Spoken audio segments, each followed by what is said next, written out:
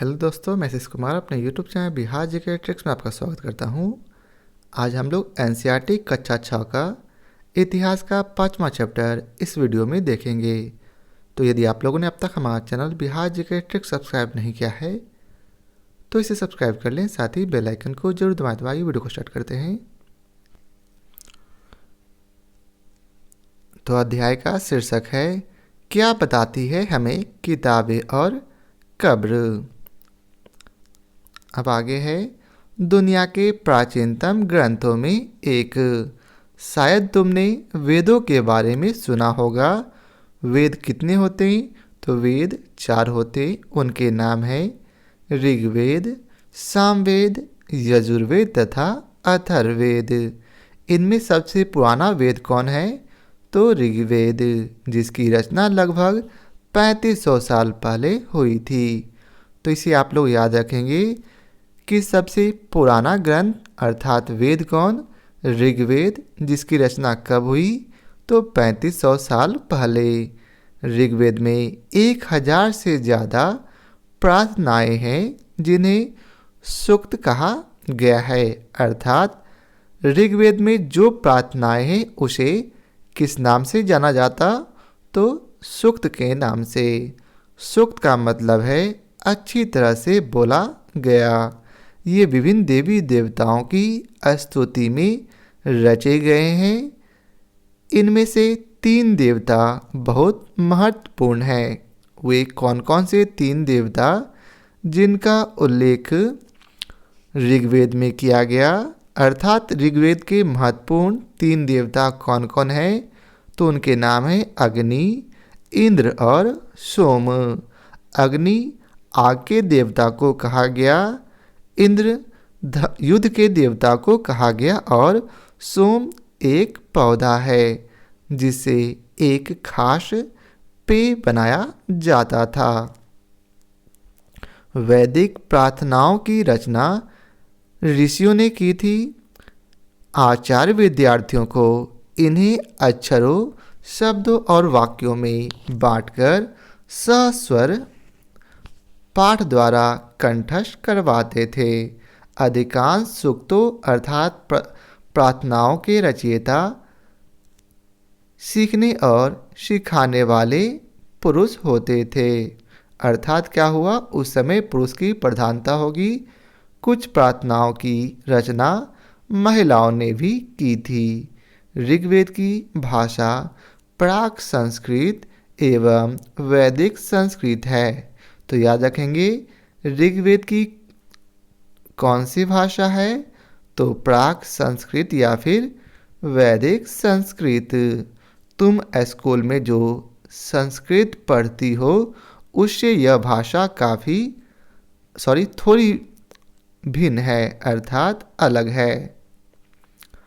अब आगे है, संस्कृत और अन्य भाषाएं।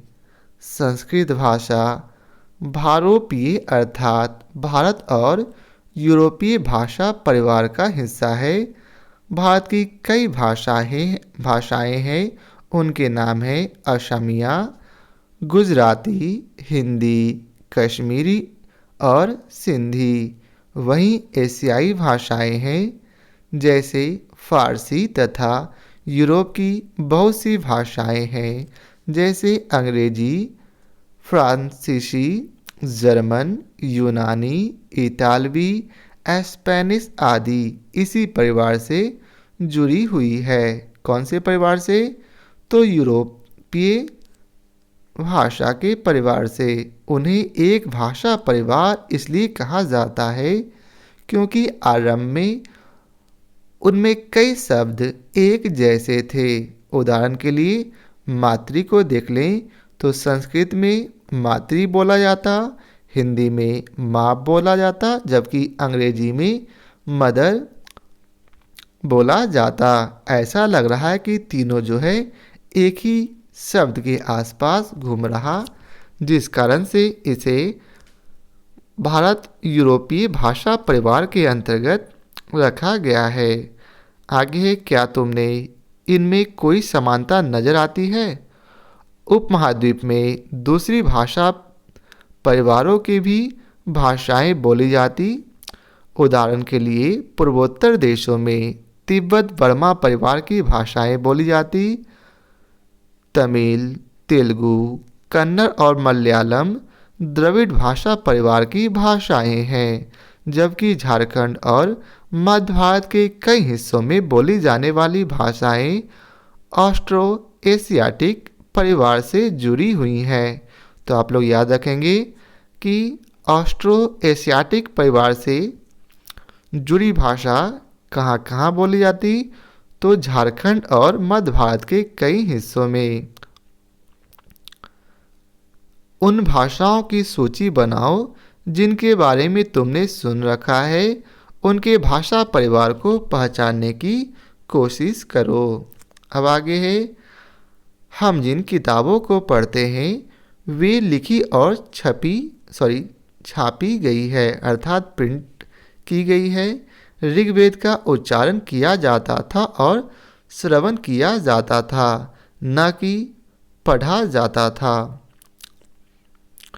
रचना के कई सदियों बाद इसे पहली बार लिखा गया, अर्थात शुरुआती दौर में ऋग्वेद को है क्या होता था, उसे लिखा नहीं गया था, उसे कंठस्थ याद था, उसे केवल बोला जाता था और दूसरे बच्चे उनका श्रवण अर्थात सुना करते थे, लेकिन पढ़ा नहीं जाता था क्योंकि यह किसी भी पुस्तक में नहीं लिखी गई थी। इसे छापने का काम तो मुश्किल से 200 साल पहले ही हुआ है। आगे है, इतिहासकार ऋग्वेद का अध्ययन कैसे करते हैं। इतिहासकार पुरातत्ववेत्ताओं की तरह ही अतीत के बारे में जानकारी इकट्ठा करते हैं, लेकिन भौतिक अवशेषों के अलावा वे लिखित स्रोतों का भी उपयोग करते हैं। चलो देखते हैं कि ऋग्वेद का अध्ययन कैसे करते हैं। ऋग्वेद के कुछ सूक्त वार्तालाप के रूप में हैं, अर्थात बोलचाल की भाषा में। विश्वामित्र नामक ऋषि और देवियों के रूप में पूजित 2 नदियों के नाम हैं, वे हैं व्यास और सतलुज के बीच यह संवाद एक ऐसी सूक्त का अंश है। इन दोनों नदियों को मानचित्र 1 पृष्ठ 2 में खोजें तथा फिर पढ़ें। तो आइए देखते हैं किसे व्यास और सतलुज नदी को। जब आप मानचित्र को ध्यानपूर्वक अध्ययन करेंगे तो आपको व्यास और सतलुज नदी भारत के उत्तर पश्चिम इलाके में इस स्थान पर यहाँ व्यास नदी है और नीचे सतलुज नदी है। अब आइए चलते हैं पुनः अपने स्थान पर। अब आगे है, ऋग्वेद की पांडुलिपि का एक पन्ना जो है यहाँ दर्शाया गया है, इसे आप यहाँ देख सकते हैं। भुज वृक्ष की छाल पर लिखी यह पांडुलिपि कश्मीर में पाई गई थी। यह कहाँ पाई गई, तो यह कश्मीर में पाई गई थी। लगभग 150 साल पहले ऋग्वेद को सबसे पहली बार छापने के लिए इसका उपयोग किया गया था, अर्थात जब ऋग्वेद की प्रिंटिंग अर्थात छपाई हो रही थी उस समय इसका प्रयोग किया गया था। इसी पांडुलिपि को देखकर अंग्रेजी अनुवाद तैयार हुआ। यह पांडुलिपि पुणे महाराष्ट्र के एक पुस्तकालय में सुरक्षित है, अर्थात इसे आप जो है आज भी देख सकते।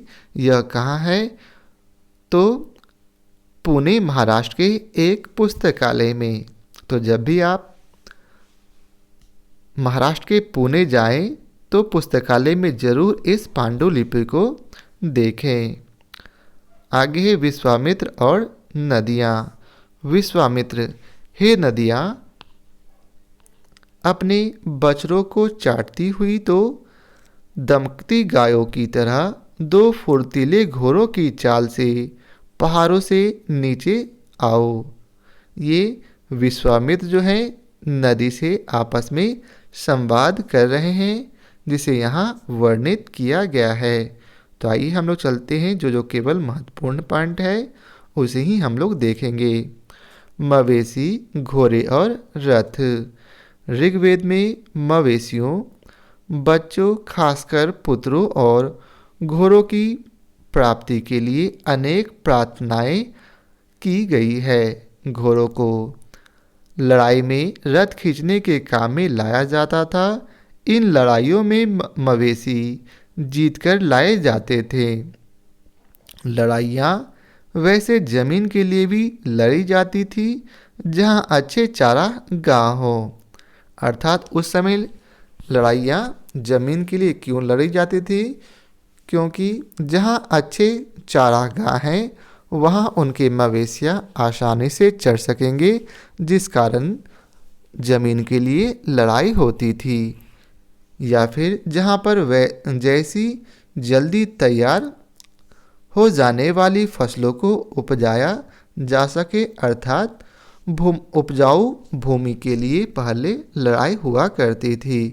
कुछ लड़ाइयाँ पानी के स्रोतों और लोगों को बंदी बनाने के लिए भी लड़ी जाती थी। युद्ध में जीते गए धन का कुछ भाग सरदार रख लेते थे तथा कुछ हिस्सा पुरोहित को दे दिया जाता था। शेष जो धन बच गया उन्हें आम लोगों में बांट दिया जाता था। कुछ धन यज्ञ करने के लिए भी रखे जाते थे। यज्ञ की आग में आहुति दी जाती थी। ये आहुतियाँ देवी देवताओं को दी जाती थी।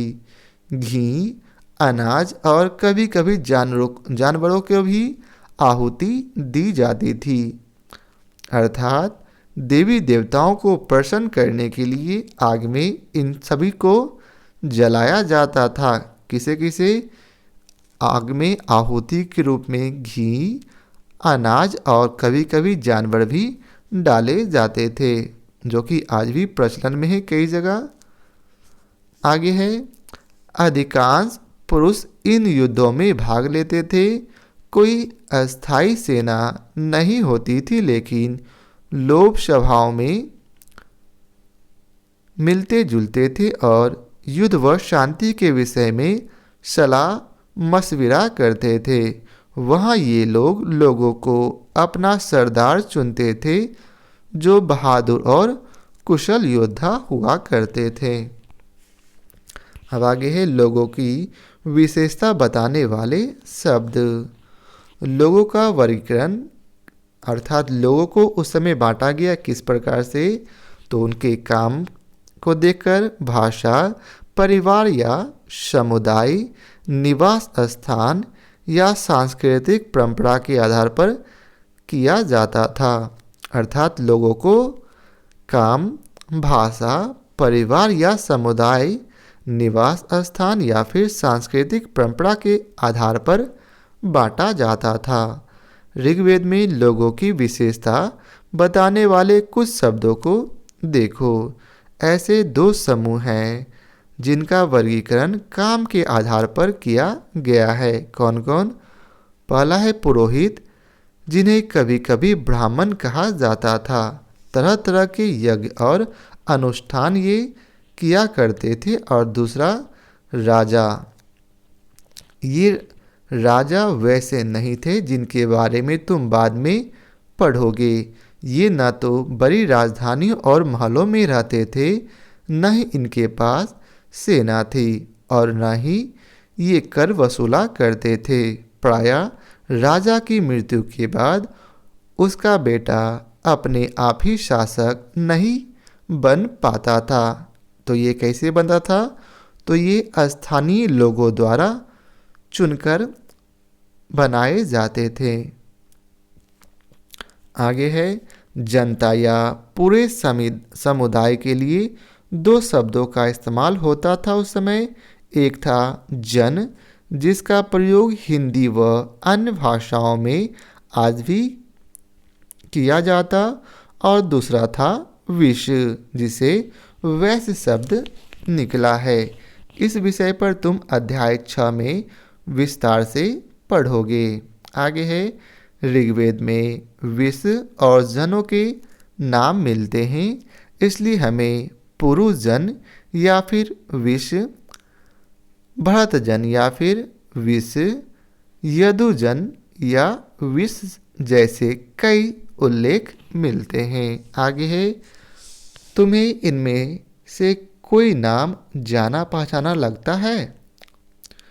जिन लोगों ने इन प्रार्थनाओं की रचना की वे कभी कभी खुद को आर्य कहते थे तथा अपने विरोधियों को दास या फिर दस्यु कहते थे।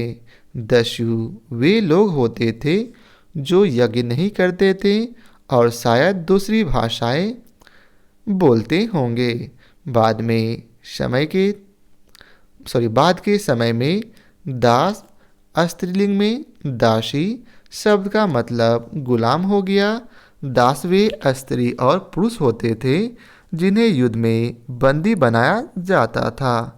तो याद रखेंगे ऋग्वेद में दास का क्या अर्थ है। तो जिन्हें बंदी बनाया जाता था उन्हें दास कहते थे।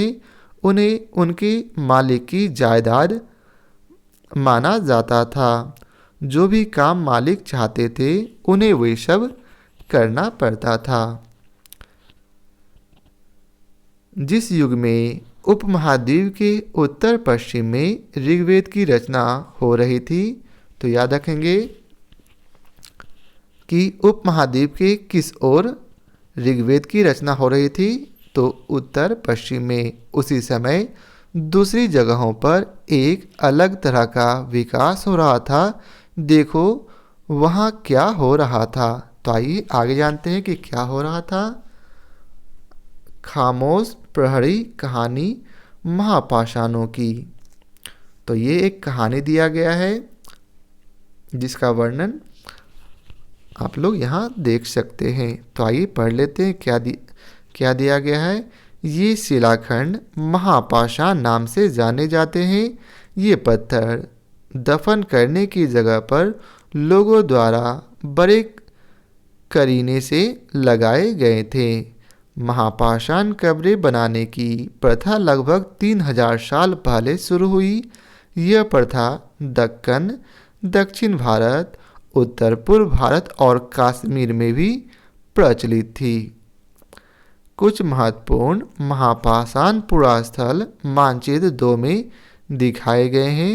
कुछ महापाषाण जमीन के ऊपर ही दिख जाते हैं। कुछ महापाषाण जमीन के भीतर अर्थात अंदर भी होते हैं। अब आगे है, कई बार पुरातत्वविदों को गोलाकार सजाए हुए पत्थर मिलते हैं। कई बार अकेला खड़ा हुआ पत्थर मिलता है। यही एकमात्र प्रमाण है जो जमीन के नीचे कब्रों को दर्शाता है। अब आगे है, महापाषाणों के निर्माण के लिए लोगों को कई तरह के काम करने पड़ते थे। कौन कौन से काम? हमने जो कार्यों की सूची बनाई है उन्हें क्रमबद्ध करो।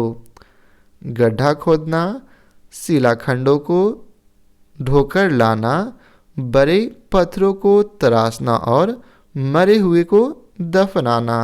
तो इसे आपको क्रमबद्ध करना है। इसका उत्तर आप हमारे कमेंट बॉक्स में अर्थात इन सबों को क्रमबद्ध करके दें। आइए थोड़ा सा इसके बारे में पढ़ लेते हैं। ऊपर इस तरह के महापाषाण को ताबूत शवाधान कहा जाता है। यहाँ दिखाए गए शिष्ट में एक पोर्ट होल बड़ा सुराख है जो शायद पत्थरों से बने हुए कमरे में जाने का रास्ता है, जिसे आप लोग यहाँ देख सकते हैं। यहाँ एक होल है। इससे क्या होता? तो इससे जो है सुराख क्यों किया गया? तो इससे पत्थरों में बने हुए कमरे में जाने का यह एक रास्ता होगा। इन सब कब्रों में कुछ समानताएं भी हैं। क्या क्या समानताएं हैं? सामान्यतः मृतकों को खास किस्म के मिट्टी के बर्तन के साथ दफनाया जाता था, जिन्हें काले लाल मिट्टी के बर्तन अर्थात ब्लैक एंड रेड वेयर के नाम से जाना जाता है। इनके साथ ही मिले हैं लोहे के औजार और हथियार, घोड़ों के कंकाल और सामान तथा पत्थर और सोने के गहने। तो ये सब कहाँ से मिले? तो महापाषाण काल से। क्या हड़प्पा के लोगों में लोहे का प्रयोग होता था? तो नहीं, हड़प्पा के शहरों में लोहे के प्रयोग नहीं हुआ करते थे। महापाषाण कब्रों से मिले लोहे के सामान है। बाईं ओर घोड़े के लिए सामान, नीचे बाईं ओर अर्थात इसके बारे में चर्चा कही गई है। तो यह कुल्हाड़ियाँ थी और नीचे एक कटार का चित्र नीचे दर्शाया गया है। अब आगे है लोगों की सामाजिक असमानताओं के बारे में पता करना। पुरातत्वविद यह जानते हैं कि कंकाल के साथ पाई गई चीजें मरे हुए व्यक्ति की ही रही होगी। कभी कभी एक कब्र की तुलना में दूसरी कब्र में ज़्यादा चीज़ें रखी होती थी। मानचित्र 2 पर ब्रह्मगिरी को खोजें। यहाँ एक व्यक्ति की कब्र में 33 सोने के मनके और शंख पाए गए हैं। तो याद रखेंगे कि कहाँ जो है व्यक्ति की कब्र में 33 सोने के मनके अर्थात सिक्के और शंख पाए गए। तो ब्रह्मगिरी के आसपास। दूसरे कंकालों के पास सिर्फ कुछ मिट्टी के बर्तन ही पाए गए हैं। यह दफनाए गए लोगों की सामाजिक स्थिति में भिन्नता को दर्शाता है। अर्थात ऐसा हो सकता कि वह व्यक्ति ज़्यादा अमीर होगा, कुछ लोग अमीर थे तो कुछ लोग गरीब, कुछ लोग सरदार थे तो दूसरे लोग अनुयायी। आगे क्या कुछ कब्रगाहें खास परिवारों के लिए थी? कभी कभी महापाषाण में एक से अधिक कंकाल मिलते हैं। वे यह दर्शाते हैं कि शायद एक ही परिवार के लोग को एक ही स्थान पर अलग अलग समय में दफनाया गया होगा। अर्थात ऐसा मानना है यदि एक जगह कई कंकाल मिलते थे तो लोगों का ऐसा मानना है कि हो सकता है कि सभी को अलग अलग समय में एक ही जगह दफनाया गया होगा।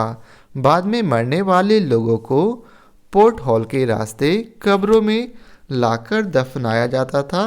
पोर्ट हॉल हम लोगों ने ऊपर देखा है। ऐसे स्थान पर गोलाकार लगाए गए पत्थर या फिर चट्टान चिन्हों का काम करते थे। यहाँ लोग आवश्यकता अनुसार शवों को दफनाने दोबारा आ सकते थे। आगे है इनाम गांव के एक विशिष्ट व्यक्ति की कब्र। इनाम गांव को खोजें। यह भीमा की सहायक नदी घोरे के किनारे एक जगह है। तो इमगांव कहाँ है? तो भीमा की सहायक नदी घोरे के किनारे। यह जगह पर 3600 से 2700 साल पहले लोग रहा करते थे। यहाँ व्यस्त लोगों को प्रायः गड्ढे में सीधा लेटाकर दफनाया जाता था और उनका शरीर वर्तमान की तरह उत्तर की ओर रखा जाता था। कई बार उन्हें घर के अंदर ही दफनाया जाता था। ऐसे बर्तन जिनमें शायद वे खाना खाया करते थे या फिर पानी पीते होंगे, दफनाए गए शव के पास रख दिया जाता था। एक आदमी को 5 कमरों वाले मकान के आंगन में 4 पैरों वाले मिट्टी के एक बड़े से संदूक में दफनाया गया था। बस्ती के बीच में बसा यह घर गांव के सामने बड़े घरों में से एक था। इस घर में एक अनाज का गोदाम भी था। सबके पैर मुड़े हुए थे। अर्थात जब उन्हें कब्र में दफनाया गया तो उसमें पाया गया कि सब्र के कब्र मुड़े हुए हैं। अब आगे है, क्या तुम्हें लगता है कि यह किसी सरदार का शब्द था? अपने जवाब का कारण बताओ। क्या बताते हैं हमें कंकालों के अध्ययन? छोटे आकार के आधार पर एक बच्चे के कंकाल को आसानी से पहचाना जा सकता, अर्थात यदि कंकाल का आकार छोटा है तो ऐसा प्रतीत होता है कि वह बच्चे का कंकाल होगा, लेकिन एक बच्चे और बच्चे के कंकाल में कोई फर्क नहीं किया जा सकता। क्या हम यह पता लगा सकते हैं कि कंकाल किसी पुरुष का था या फिर स्त्री का? कभी कभी लोग कंकाल के साथ मिले सामानों के आधार पर इसका अंदाजा लगाते हैं। उदाहरण के लिए, यदि कंकाल के साथ गहने मिलते हैं तो कई बार उसे महिला का कंकाल मान लिया जाता, लेकिन ऐसे समझ के साथ समस्या है। अक्सर पुरुष भी पहले क्या है आभूषण पहना करते थे, तो हो सकता है वह पुरुष हो। कंकाल का लिंग पहचानने का बेहतर तरीका हड्डियों की जांच है। चूँकि महिलाएं बच्चे को जन्म देती है, इसलिए उनका कटी प्रदेश या फिर कूल्हा पुरुषों से ज़्यादा बड़ा होता है। तो इससे आप लोग पहचान लगा सकते हैं कि कंकाल जो है पुरुष का है या फिर अर्थात बच्चे का है या फिर बच्चियों का। ये समझ कंकाल के आधुनिक अध्ययन पर आधारित है। आज से लगभग 2000 साल पहले चरक नाम के प्रसिद्ध वैद्य हुआ करते थे। आप लोग हमें कमेंट करके बतलाएं कि यह चरक जो है किस समय अर्थात किसके शासन में हुआ करते थे। आगे पढ़ते हैं। उन्होंने चिकित्सा शास्त्र पर चरक संहिता नामक की एक किताब लिखी। वे कहते हैं कि मनुष्य के शरीर में 360 हड्डियां होती है। वह आधुनिक शरीर रचना विज्ञान की 206 हड्डियों से काफ़ी ज़्यादा थी। संभवतः ऐसा हो सकता है कि चरक ने अपनी गिनती में दांत, हड्डियों के जोड़ और कार्टिलेज को जोड़कर यह संख्या बताई हो। आगे है, इनाम गांव के लोगों के काम धंधे क्या क्या थे? तो इनाम गांव में पुरातत्वविदों को गेहूं, जौ, चावल, दाल, बाजरा, मटर और तिल के बीज मिले हैं। कई जानवरों की हड्डियां भी इनाम गांव में पाई गई है। कई हड्डियों पर काटने के निशान से यह अंदाज़ा लगाया जाता कि लोग इन्हें खाते होंगे। गाय, बैल, भैंस, बकरी, भेड़, कुत्ता, घोड़ा, गधा, सूअर, सांभर, चितकबरा, हिरन, कृष्णमृग, खरहा, नेवला, चिड़िया, घड़ियाल, कछुआ, केकड़ा और मछली की हड्डियां भी पाई गई है। कहाँ से? तो इनाम गांव से। ऐसे साक्ष्य मिले हैं कि बेर, आंवला, जामुन, खजूर और कई तरह की रस भरियाँ एकत्र की गई है इन जगहों से अर्थात इनाम गांव से। अब आगे है, इस प्रमाण के आधार पर इनाम गांव में लोगों के काम धंधों की एक सूची बनाइए। अब है अन्यत्र, अर्थात जब ये सब इस उपमहाद्वीप में हो रहा था तो यहाँ से बाहर क्या हो रहा था, अब उसके बारे में हम लोग पढ़ेंगे। एटलस में चीन को देखो। लगभग 3500 साल पहले हम यहाँ की लेखन कला के सबसे पुराने उदाहरण पाते हैं। यह जानवरों की हड्डियों पर लिखा गया था। जिधर आप इसे दाएं साइड देख सकते, यह जो है जानवर की हड्डियों पर लिखा गया था। इसे भविष्यवाणी करने वाली हड्डियाँ कहा जाता है, क्योंकि यह मानता थे कि ये भविष्य बताती हैं। राजा लोग लिपिकारों से इन हड्डियों पर सवाल लिखवाते थे क्या वे युद्ध जीतेंगे? क्या क्या कौन कौन से सवाल लिखवाते थे उनके बारे में कहा गया है। तो उनका सवाल था, क्या वे युद्ध जीतेंगे? क्या फसलें अच्छी होगी? क्या उन्हें पुत्र होंगे? फिर इन हड्डियों को आग में डाल दिया जाता था, जहां इनमें गर्मी के चटक कर दरारें पड़ जाती थी। भविष्यवक्ता इन दरारों को बड़े ध्यान से देखकर भविष्यवाणी करने की कोशिश करते थे, जैसे शायद तुम भी सोच रही होगी। ये भविष्यवक्ता कभी कभी गलत भी हो सकते थे। आगे है, ये राजा शहरों में महल बनाकर रहते थे। उन्होंने बेशुमार दौलत इकट्ठा कर ली थी, जिनमें बड़े बड़े नक्काशी किए हुए कांसे के बर्तन शामिल थे, लेकिन वे लोहे का इस्तेमाल करना अभी भी नहीं जानते थे।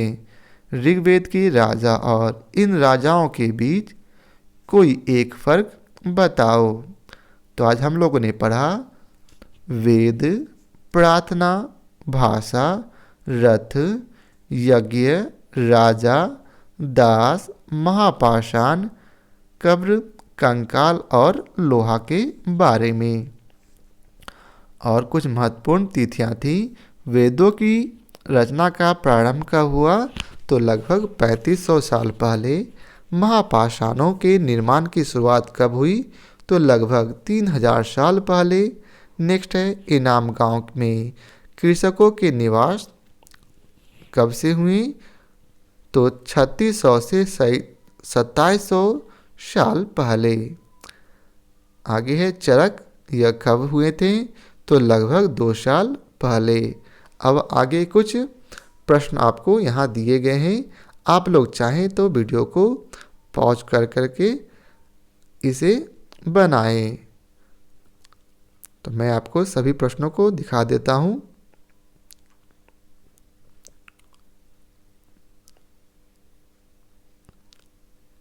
तो यह था आज के वीडियो का आखिरी प्रश्न। आशा करता हूँ आप लोगों को हमारी यह वीडियो पसंद आया हो। यदि आप लोगों को हमारी यह वीडियो पसंद आया हो तो लाइक और शेयर जरूर करें। फिर मिलते हैं इसके अगले चैप्टर के साथ। आज के लिए बहुत बहुत धन्यवाद।